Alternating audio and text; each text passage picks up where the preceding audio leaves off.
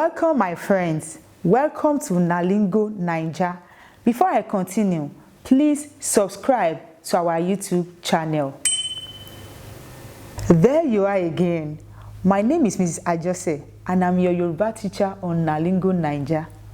So far, you have enjoyed over 50 fun videos in the Yoruba language on our YouTube channel. But the Nalingo team and I have decided to take you back to the drawing board.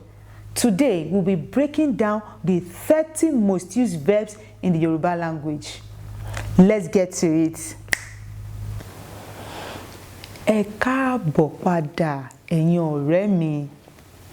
Lónìí, mo fẹ́ kọ́ wa ní ọ̀rọ̀ ìṣe. Ọ̀rọ̀ ìṣe jẹ́ ọ̀rọ̀ tó ń ṣàfihàn ìṣe. Ẹ jẹ́ ká bẹ̀rẹ̀ láti èyí tí a kì í sábà lò tàbí sọ sí èyí tí a máa ń lò tàbí sọ jùlọ. Ẹ máa bá wa ká lọ láti mọ ọ̀rọ̀ ìṣe tí a máa ń sábà lò tàbí sọ jùlọ ní èdè Yorùbá. Ọgbọ̀n. Fipamọ́. Ó lè fi àṣírí pamọ́. Gbìyànjú. Mo gbìyànjú láti tún un ṣe. Dìmú.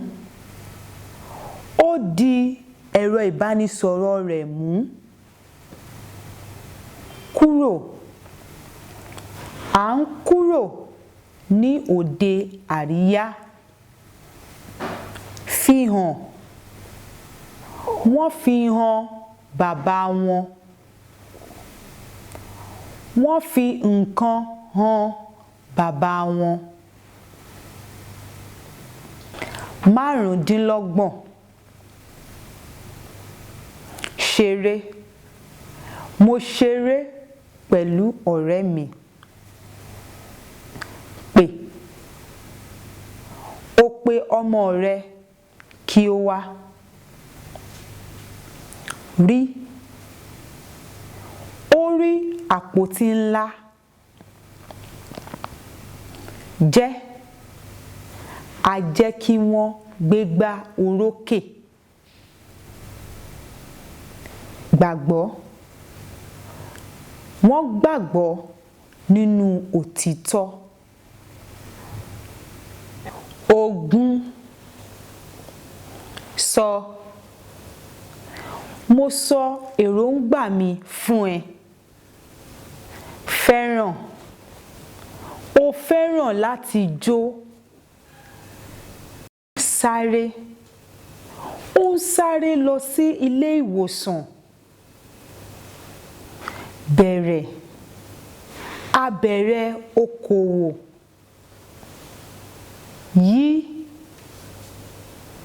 Wọ́n yí padà. Wọ́n yí sọ́tùn. Wọ́n yí sósì. Márùndínlógún. Ṣé ẹ ṣì wà níbí? Ó dà báun. Ó ti ń lárinrin gan báyìí o. Lò.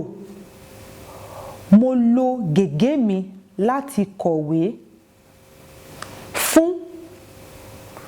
Ó fún mi lówó. Wò. Ó wo àwòrán. Fẹ́. A fẹ́ òmìnira. Wá. Wọ́n ń wá lójoojúmọ́. Ẹ wá. Ó ti ń dojú ẹ̀ bọ̀ báyìí o. Ẹ ṣáà máa bá mi ká lọ. Nílò. A nílò oníṣègùn òyìnbó. Ìrànlọ́wọ́. Ó lè ràn mí lọ́wọ́ láti ṣe èyí. ṣe, mò ń ṣe bàtà. Rò, a rò wípé èròǹgbà tó dára ni. Mọ̀, wọ́n mọ àwọn ènìyàn pàtàkì.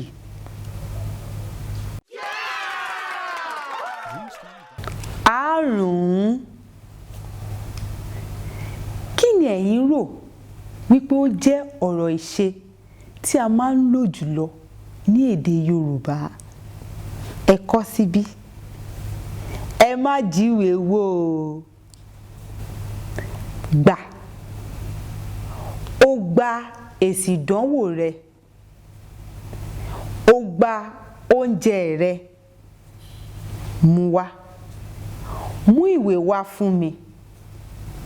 Sọ̀rọ̀. Ó sọ̀rọ̀ sókè.